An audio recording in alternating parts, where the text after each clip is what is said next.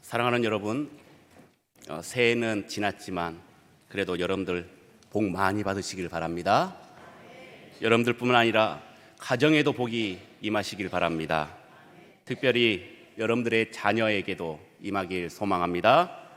그리고 자녀들의 그 자녀들까지도, 손주들에게도 그 복이 임하길 소망합니다.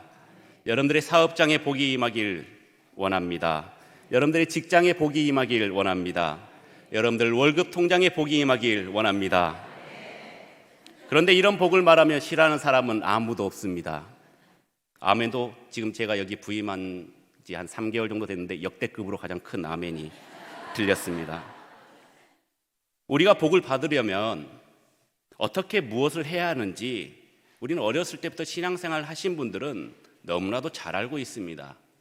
하나님의 말씀을 듣고 하나님 말씀에 귀를 기울이고 하나님 말씀대로 행한다면 복이 임한다라고 말씀하고 있죠. 그리고 우리가 지금 그 복을 누리면서 지금까지 살고 있습니다.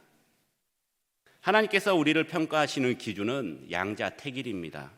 하나님 말씀에 순종하면 복이요, 하나님의 말씀에 불순종하면 저주입니다. 인간은 이것을 스스로 결정할 수가 있습니다.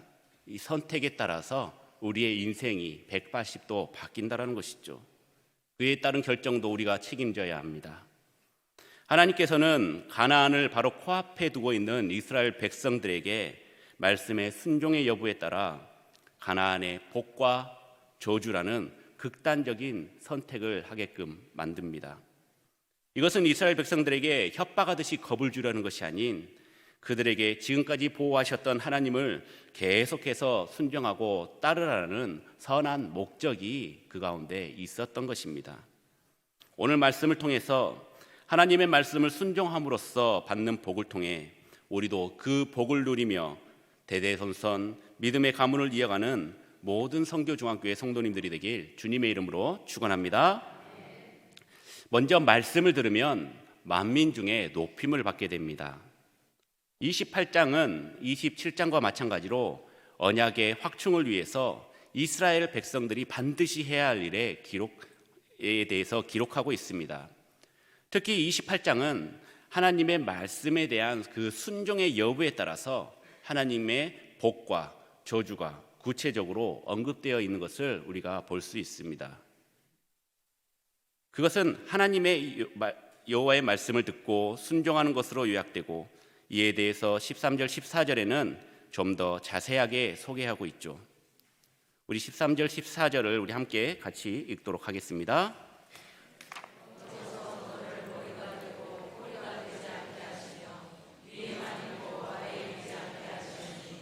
오직 너는 내가 오늘 내게 명령하는 내 하나님 여호와의 명령을 듣고 지켜 행하며 내가 오늘 너희에게 명령하는 그 말씀을 떠나 좌로나 우로나 치우치지 아니하고 다른 신을 따라 섬기지 아니하면 이와 같으니라. 아멘. 이 말씀은 이스라엘 백성들이 하나님께서 직접 선택한 백성, 성민, 거룩한 백성이고 오직 하나님을 중심으로 모시고 살아가야만 하는 사실을 선포하고 있습니다. 나무가 뿌리가 없으면 살 수 없듯이 하나님의 백성은 하나님께 그 뿌리를 두고 살아가야 하는 것입니다. 그 뿌리가 싫다고 기둥에서 가지가 떨어져 나간다면 살 수가 없듯이 하나님 말씀에 불순종하고 하나님을 떠나 우상에게로 향하게 된다면 더 이상 하나님의 거룩한 성민의 자격을 유지할 수 없게 되는 것이죠. 9절 말씀에 언급되어 있습니다. 이스라엘 백성들이 하나님의 명령을 지켜 그 길로 행하여야만 하나님께서 이스라엘 백성들을 세워 자기의 성민으로 삼으신다라는 말씀입니다. 그렇다면 하나님의 백성에게는 도대체 어떤 복이 임하게 될까요? 먼저 세계 모든 민족 위에 뛰어나게 되는 복을 받게 됩니다. 1절 말씀을 보시면 말씀을 삼가 듣고 명령하는 모든 명령을 지켜 행하면 세계 모든 민족 위에 뛰어나게 하신다라고 말씀하고 있습니다. 우리의 노력과 열심으로는 나름대로의 그 효과 그리고 결과를 얻을 수가 있습니다. 하지만 내 마음대로 내 능력으로 세계 모든 민족 위에 뛰어나게 할 수는 없는 것입니다. 하나님께서 우리에게 뛰어나게 하셔야만이 우리는 세계 만민 위에 뛰어날 수가 있게 되는 것이죠. 또한 13절 말씀을 보면 머리가 되고 꼬리가 되지 않게 하기 위해서 또 위에만 있고 아래에 있지 않게 하신다고 그렇게 약속하고 있습니다. 우리가 머리가 되고 꼬리가 되지 않으며 위에만 있고 아래에 있지 않게 되는 것이 우리 자신의 노력이나 인간적인 능력에 달려있는 것이 아닌 오직 하나님께 속해 있다고 하는 것이죠. 이 약속은 이스라엘 백성들이나 지금 우리에게나 큰 용기와 희망을 주는 약속입니다. 이스라엘 백성들은 430년 동안 애굽에서 종살이를 했습니다. 노예 생활을 했습니다. 생각해 보시길 바랍니다. 우리가 지난 금요일은 3.1절이었습니다. 우리 민족이 35년간 일본에 의해서 식민 통치를 당했죠. 모든 것들이 단절되었습니다. 대한민국 국민으로서 살 수 없도록 차단하고 억압당했습니다. 신앙의 자유도 없었습니다. 우리는 35년이었지만 이스라엘은 430년이었습니다. 430년 동안 그 노예 생활로 인해서 몸과 정신이 노예화되었다라는 것입니다. 하나님의 자녀다운 삶보다 애굽의 종의 삶이 그들에게 있어서는 더 자연스럽고 익숙했을 것입니다. 큰 기적을 보고도 그들은 하나님을 전적으로 믿지 못하고 불평하고 원망했습니다. 그럴 때마다 애굽에서 종으로 사는 것이, 애굽에서 그 끓는 가마솥에서 그 고기를 먹으면서 또 야채를 먹으면서 과일을 먹으면서 사는 것이 낫다고, 당장의 물질에, 당장의 배고픔, 그리고 당장의 만족에만 머물러 있는 그런 노예의 근성이 뼛속까지 자리를 차지하고 있었던 것이죠. 광야에 40년 동안 생활은 어땠습니까? 여호수아와 갈렙 두 사람을 제외한 출애굽 1세대가 모두 죽고 나서야 그들은 노예의 근성을 버릴 수가 있게 되었던 것입니다. 그들은 가나안 정탐을 통해서 하나님께서 주시려고 했던 그 약속했던 가나안 땅의 풍요로움을 부러워하면서도 건장한 가나안인들을 두려워하고 스스로 메뚜기와 같은 존재라고 자기 열등감에 빠졌던 자들이었습니다.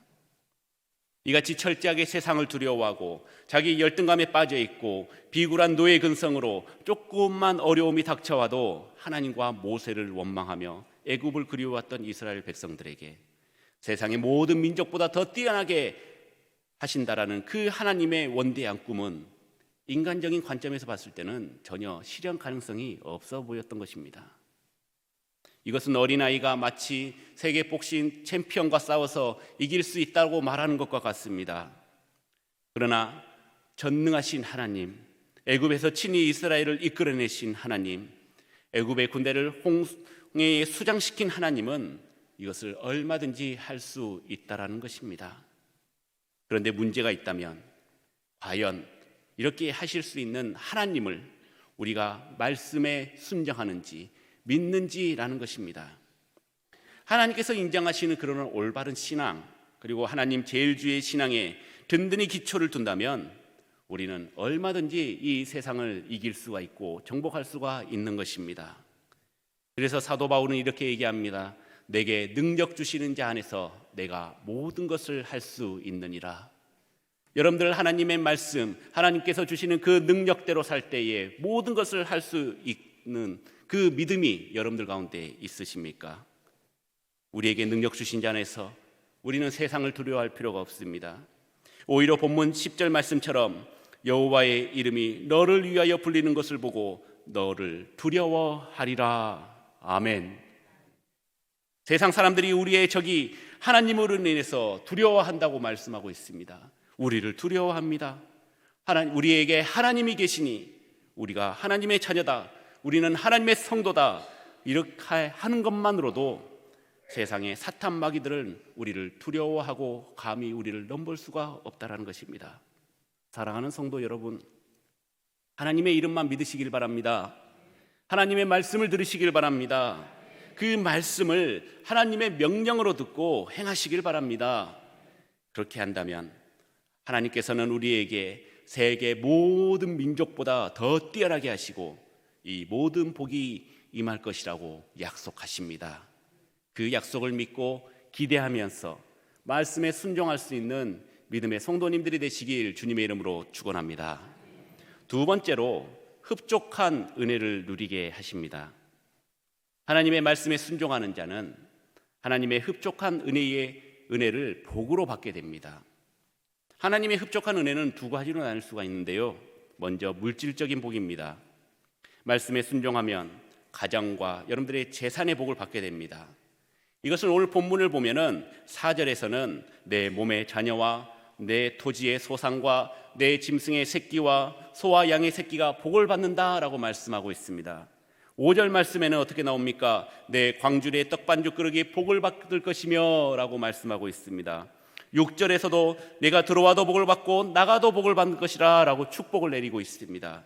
11절에서도 내 몸의 소생과 가축의 새끼와 토지의 소산을 많게 하신다라고 축복하고 있고, 12절에서도 여호와께서 너를 위하여 하늘의 아름다움을 보고를 여시사 내 땅에 때를 따라 비를 내려주시고 내 손으로 하는 모든 일에 복을 주시리니 내가 많은 민족에게 꾸어줄지라도 너는 꾸지 아니하는 이러한 확실한 복을 여러분들에게 부어주신다라는 사실입니다. 믿으십니까? 이 복을 받고 싶지 않으십니까? 엄청난 복이지 않습니까? 양보하실 필요 없습니다. 나는 이런 복 괜찮아요, 지금의 삶도 괜찮습니다 라고 말하시는 분들은 아무도 없을 것입니다. 자녀와 토지, 재산, 이 모든 것들이 복을 받고 음식과 물질과 경제적인 복까지 받을 것이라고 선포하고 있다는 것이죠. 들어가도 복을 받고 나가도 복을 받는다, 이 말은 무엇입니까? 한마디로 어디를 가든지 복을 받고 뭘 해도 복을 받는다라는 말씀입니다. 우리 속담에 뒤로 넘어져도 코가 깨진다라는 말이 있습니다. 정말 운이 안 좋아서 뭘 해도 다 안 된다는 사람을 말하는 것이죠. 하나님의 말씀을 듣는 우리는 이와는 정반대일 줄 믿습니다. 여러분들은 뒤로 넘어져도 복이 임할 줄 믿습니다. 걸어다니는 복덩이가 되시길 바랍니다. 8절과 12절에 두 번이나 내 손으로 하는 모든 일에 복을 내리신다라고 말씀하고 있습니다. 여러분들이 어떤 것을 하든 무엇을 하든지 어떤 것을 계획하고 실현하려고 준비하든지 그 모든 일과 행사에 여러분들의 복이 임하실 줄 믿습니다. 이러한 복이 여러분들에게 예약이 되어 있는데 무엇이 두려우십니까? 왜 주눅드십니까? 왜 당당하게 나아가지 못하십니까? 이제 당당하게 가슴 활짝 펴고 세상에 나아가시길 바랍니다. 하나님의 말씀에 순종함으로 이 모든 복을 여러분들의 것으로 만들고 또한 누리시길 바랍니다. 예약자는 여러분들의 이름입니다. 안드레 이름으로 예약되어 있는 그 복을 그냥 찾아가면 되는 것입니다. 찾아가시는 여러분들이 되시길 소망합니다. 많은 분들이 재산을 이렇게 통장에다가 다 놓고 돈도 넣어놓고 재산을 숨겨놨다가 그냥 돌아가신 분들이 계십니다. 자녀들은 그걸 찾지도 못하고 다 없어져 버리고 마는 것이죠. 얼마나 안타깝고 얼마나 억울합니까? 여러분들에게 예약되어 있는 그 어마어마한 복 찾아서 쓰고 하늘나라 가서 영원한 또 영생의 복을 누리시는 여러분들이 되시길 소망합니다. 하나님께서 주시는 그 복으로 인해서 하나님께 더 합당한 자가 되어서 오직 하나님께만 영광 돌리는 믿음의 성도님들이 되시길 주님의 이름으로 축원합니다. 두 번째로는 하나님께 주시는 내적인 복입니다. 우리 3절 말씀을 보면 성읍에서도 복을 받고 들에서도 복을 받을 것이며 라고 말씀하고 있습니다. 성읍에서 복을 받는다라는 것은 많은 사람들이 알아볼 수 있도록 공개적으로 큰 복을 받는 것을 의미합니다. 들에서 복을 받는다라는 것은 그 아무것도 없는 곳에서도 임하시는 하나님의 충만한 은혜와 복이 임하게 된다라는 것이죠. 이것은 무슨 의미냐? 바로 영적인 복을 말씀하고 있는 것입니다. 예수 그리스도의 안에서 새로운 피조물이 되고 우리는 하나님의 자녀가 되는 권세를 누리게 됨으로써 영적인 복을 누리는 기쁨의 충만한 믿음의 성도들이 되어야 하는 것입니다. 여러분들 성령 충만으로 인해서 성령의 9가지 열매를 맺는 영원한 하늘나라의 시민권을 가진 사실에 즐거워하고 기뻐하는 것이 바로 하나님께서 우리에게 주신 내적인 복이라는 것이죠. 여러분들 성령의 9가지 열매는 무엇입니까? 사랑과 희락과 화평과 오래 참음과 자비와 양선과 충성과 온유와 절제, 이 9가지 복이 여러분들의 삶에 충만하시길 소망합니다. 이 복이야말로 우리의 인간적인 힘으로 내 힘으로 내 능력으로 이루어지는 것이 아닌 온전히 하나님께서 주셔야만이 누릴 수 있는 복이라는 것입니다. 제 아무리 돈이 많고 재산이 많고 부귀 영화를 누린다 하더라도 사랑이 없다면, 희락이 없다면, 평안이 없다면 만족함이 없는 것입니다.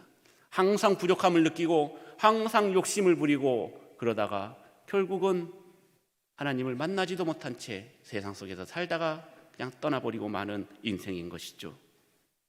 여러분들은 이 땅의 복과 내적인 복 어느 것 둘 중에 어느 것을 받고 싶으십니까? 여러분들 마음속으로 한번 생각해 보십시오. 당연히 내적인 복을 받아야죠 하면서 속으로는 외적인 복도 더 많이 받아야 되지 않을까요? 라고 생각하시는 분들도 있습니다. 물질적인 복을 누리면서 내적인 복까지 함께 누리시는 여러분들이 되시길 소망합니다. 내적인 복을 더 누리시는 여러분들이 되시길 소망합니다. 내적인 복이 100%, 200%라면 외적인 복도 100%, 200%, 300%의 복을 받으시는 여러분들이 되시길 소망합니다. 그런데 이 땅의 복은 이 땅에서만 필요한 것입니다. 그 복을 가지고 천국에 가도 필요가 없는 것이죠. 세상의 복은 천국에 가져갈 수가 없습니다. 돈이 많은 사람은 행복합니까? 돈이라는 것이, 재산이라는 것이, 참 재미있는 것이 만족의 끝이 없다라는 것입니다. 이 정도 하면 됐다 라고 우리는 만족감이 없는 것이죠.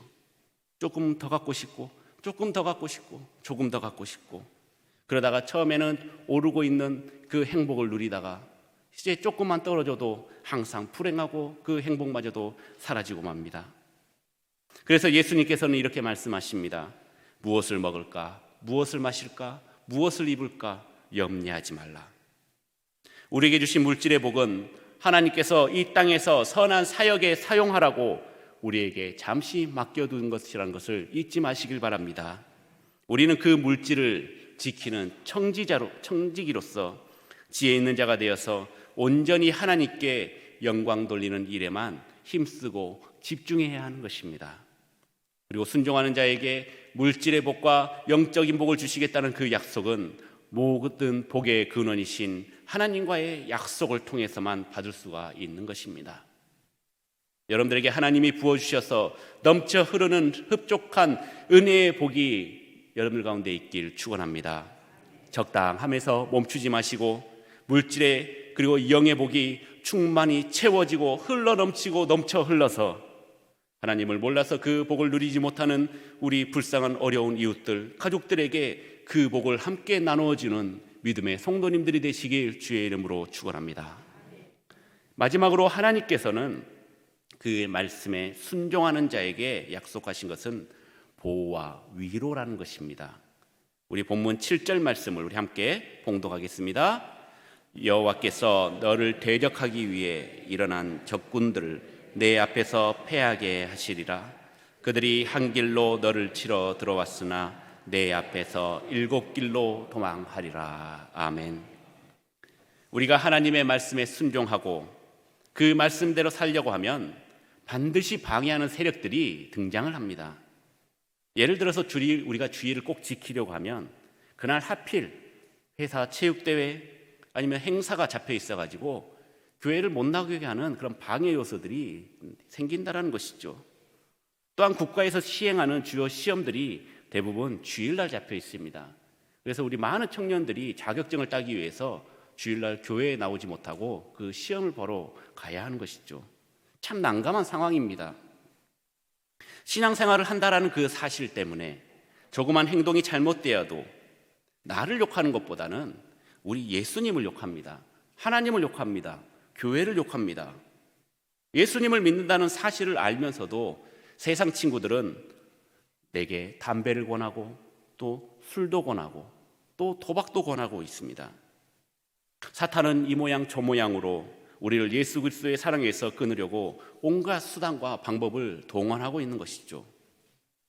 우리가 믿음을 가지고 굳건히 지키고 있다면 문제가 되지 않지만 조금만 우리가 방심하면 신앙을 잃을 수도 있는 이 상황에서 우리는 조용히 주님의 말씀만 붙들고 성령의 도우심을 의뢰하면서 기도로 나아가야 하는 것입니다. 우리의 인간의 힘으로는 이것들을 벗어날 수가 없습니다. 안 돼, 안 돼, 안 돼요, 안 돼요, 돼요, 돼요, 돼요, 돼요, 돼요, 돼요, 괜찮아요, 할게요. 이렇게 되는 것이 우리 인생이라는 것이죠. 다윗과 밧세바가 간음하는 실수를 저질렀습니다. 다윗이 하나님을 몰라서 간음을 저질렀습니까? 하나님을 누구보다도 더 사랑하는 자였습니다. 아무리 강한 인간이라도 스스로의 힘으로는 그런 사단의 유혹을 이길 수가 없었던 것이죠. 그러나 하나님의 말씀을 순종하는 자에게는 하나님께서 친히 자리에서 일어나서 그 대적들을 쫓아내 주시는 것입니다. 한 길로 우리를 치러 온 대적들이 7길로 도망할 수밖에 없습니다. 성경에서 7이 상징하는 것은 일반적인 완전함을 의미하고 있습니다. 하지만 죄에 관련된 것은 완전한 파멸, 철저한 실패를 말하고 있습니다. 따라서 7길로 도망한다는 것은 우리 대적들의 완벽한 패배, 철저한 실패를 말하고 있는 것입니다. 대적들이 아무리 비밀하고 은밀하게 우리를 실족시키려고 그물을 짜도 소용없습니다. 설령 우리가 일순간의 방심으로 인해서 그물에 걸렸다 할지라도 우리의 구원자이신 하나님께서는 능히 그 위기에서 우리를 건져내 주신다는 것입니다.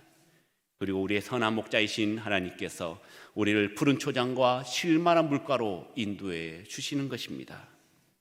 종교교육자 존 칼빈은 이렇게 말합니다. 말씀이 서라 하는 곳에 서고 가라 하는 곳에 가라. 단순하지만 얼마나 심오 있는 말입니까?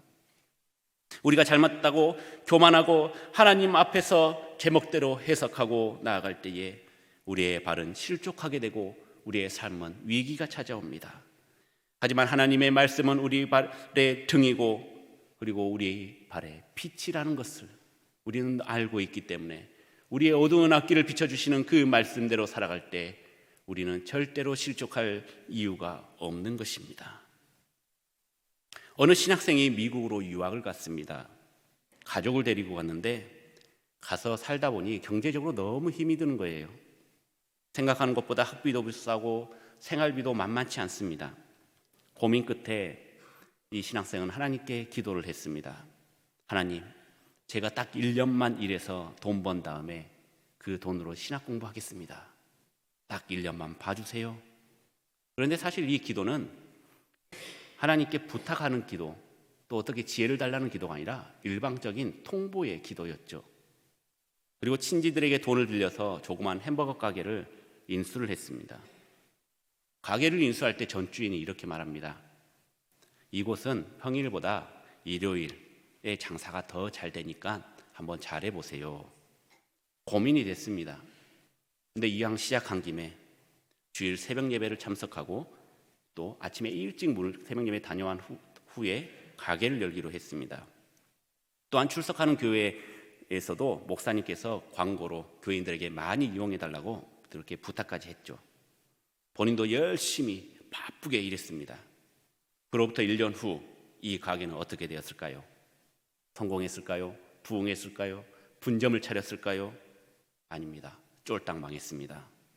빚만 남았습니다. 망한 이유는 저보다 여러분들이 더 잘 아실 것입니다. 이것은 하늘문이 닫히면 인간이 아무리 길을 써도 안 된다라는 것을 우리에게 보여주고 있는 것입니다. 그런데 여기에 정반대되는 인물이 있습니다.